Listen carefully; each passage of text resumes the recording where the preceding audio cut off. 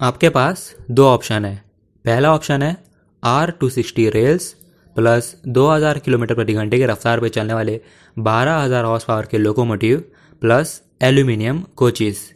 और दूसरा ऑप्शन है R260 रेल्स प्लस ट्रेन 20 यानी sleeper version of Vande Bharat express. इन दोनों ऑप्शन में से आपको क्या पसंद है मैं जानना चाहता हूँ, इसीलिए अपनी पसंद कमेंट बॉक्स में लिख दीजिए। मेरी पसंद है R260 रेल्स प्लस ट्रेन 20 का कॉम्बिनेशन। अगर आपको R260 रेल के बारे में नहीं पता तो मैं आपको इसके बारे में जानकारी दे देता हूँ। हाल ही में SAIL Steel Authority of India Limited के भिलाई स्टील प्लांट ने भारतीय रेलवे के लिए नए प्रकार के रेलवे पटरियों का उत्पादन शुरू कर दिया है और इसी का नाम है R260।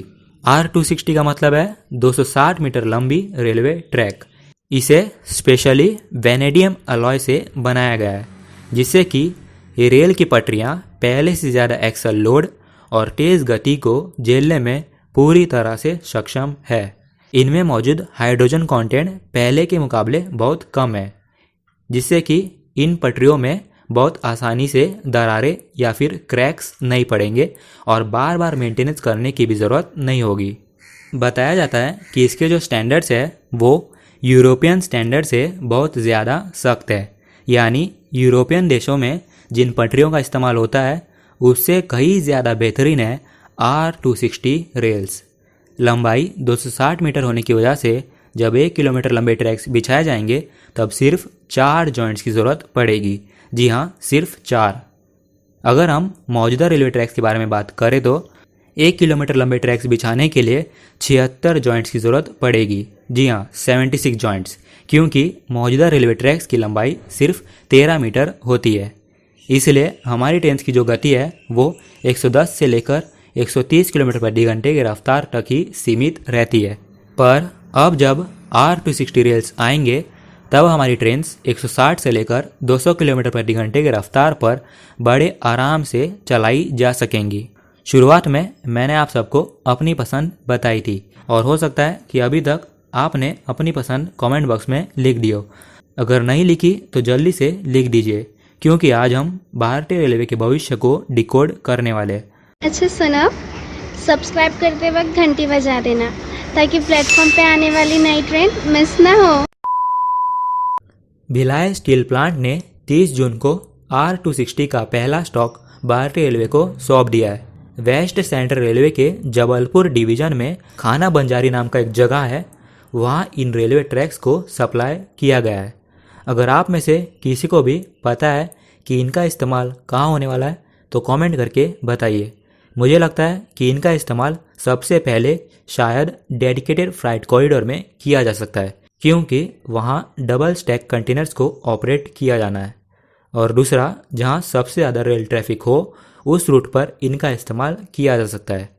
और जहाँ तक बात रही भारतीय रेलवे के लिए उनका version of future Indian railways, तो अगले 20 साल के लिए भारतीय रेलवे R260 के साथ एल्यूमिनियम कोचेस और 200 किलोमीटर प्रति घंटे की रफ्तार पर चलने वाले 12000 हॉर्स पावर के लोकोमोटिव्स पर पूरी तरह से निर्भर करेगा।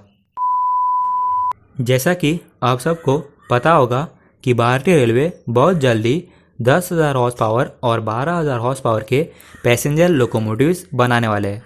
अभी तक आप सब ने तेजस लिवरी WAP5 लोकोमोटिव्स को भी देख लिया होगा।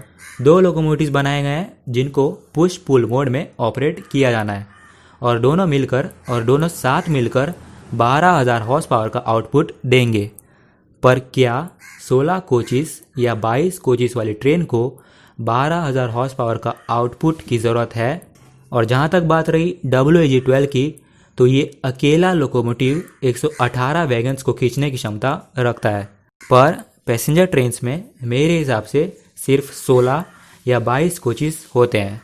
अगर 2000 किलोमीटर प्रति घंटे की रफ्तार से या 160 किलोमीटर प्रति घंटे की रफ्तार पर ट्रेन्स को चलानी है तो हमारे पास ऑलरेडी WAP5 और WAP7 लोकोमोटिव्स पहले से मौजूद है। हमें 12,000 हॉर्स पावर की लोकोमोटिव की ज़रूरत नहीं, अगर मैं पैसेंजर ट्रेन्स की बात करूँ तो।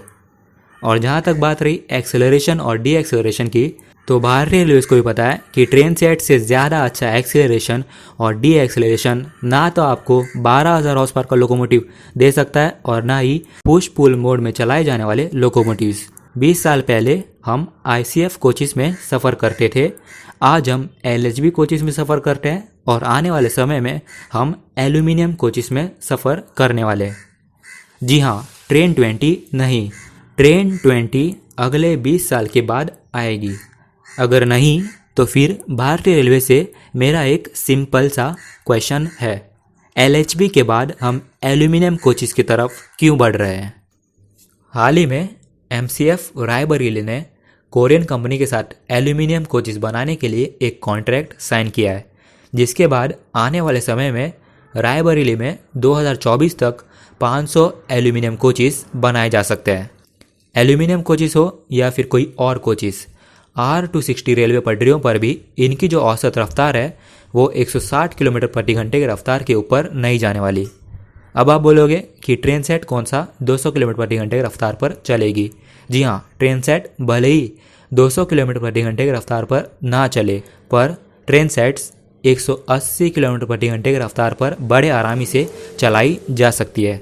बात स्पीड, एक्सेलरेशन और डी एक्सेलरेशन की नहीं है, बात है भारतीय रेलवे के भविष्य की। इतने सालों से जब आपने कोचिस वाली ट्रेन चलाई तब आपको सिर्फ लॉस ही हुआ, और जब आपने पहली बार ट्रेन सेट वंदे भारत एक्सप्रेस चलाई तब आपको पहले ही साल में 97 करोड़ का प्रॉफिट हुआ, यानी पहले ही साल में प्रोडक्शन का कॉस्ट वसूल। अगले साल से फिर ट्रेन 18 वंदे भारत प्रॉफिट में ही चल रही है, और इस प्रॉफिट को सही जगह इस्तेमाल किया जाए तो भारतीय रेलवे का भविष्य और अच्छा हो सकता है। अगर रेलवेज अपना विकास बंद करके देश का विकास करे तब जाके मुझे लगता है कि भारतीय रेलवेज सही में हमारे लिए कुछ काम कर रही है। अभी तो रेलवेज लोकोमोटिव्स और कोचिस के बीच एक बैलेंस बना रही है। जब तक कोचिस है तब तक लोकोमोटिव्स है, और जब ट्रेन सेट्स आ जाएंगे तब क्या होगा? जब तक कोचिस है तब तक लोकोमोटिव्स है, पर जब ट्रेन सेट्स आ जाएंगे तब क्या होगा?